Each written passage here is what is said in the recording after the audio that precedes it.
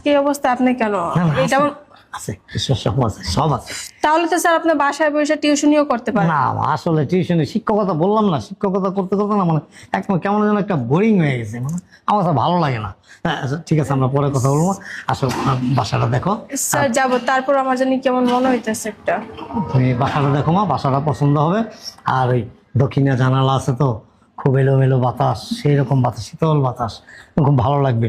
আর current আছে না, 24 hours থাকে, যায় না। আর এই পানিও 24 ঘন্টা আছে, কোনো সমস্যা নেই। আর গেটে তো আমি আছি, নো প্রবলেম। আসো আসো আসো স্যার আসো। জি মা আসো। আমার মনে হইতেছে আপনি আমার থেকে কিছু লুকাইতেছেন স্যার। না মা, লুকোচুরি করার মতো কি আছে বলো। তারপরও আমার কেমন একটা। আমার না এই নামাজের সময় হয়ে যেতেছে, আসো হ্যাঁ নামাজ পড়ুন, সমস্যা নাই তো। এতদিন পর আপনার সাথে দেখা হয়েছে, কথা বলি তারপরে। আসো। আমার আগে বাসাটা দেখে নাও, বাড়িওয়ালা আছে ভিতরে। আসো আসো আসেন, একটু দাঁড়ান।